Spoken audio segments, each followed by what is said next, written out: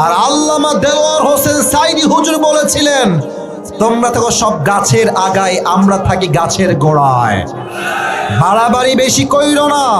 জুলুমবাজি কইরো না, আলেমদেরকে ধরে জেলখানায় দিও না।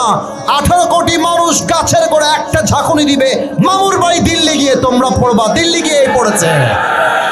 অতএব যারা এখন আবার নতুন করে প্ল্যান করছেন স্বৈরাচারকে বসাবার জন্য, এই রংপুরের জমিন থেকে আমি স্পষ্ট ভাষায় বলতে চাই, যদি আগামীতে আমার মাতৃভূমির প্রধানমন্ত্রীর চেয়ার কোন স্বৈরাচার দখল করতে চায়, কোন বেঈমান নাস্তিক আমার দেশে ক্ষমতা নিতে চায়, এই স্পষ্ট ভাষায় বলছি, আগামীতে জীবন দেওয়ার জন্য এই রংপুরের জমিন থেকে একটা শহীদ আবু সাঈদ নয়, হাজার হাজার শহীদ আবু সাঈদ মাথায় কাপড়ের কাপড় বেঁধে শহীদ হওয়ার জন্য রাস্তায় নামবে, বুকের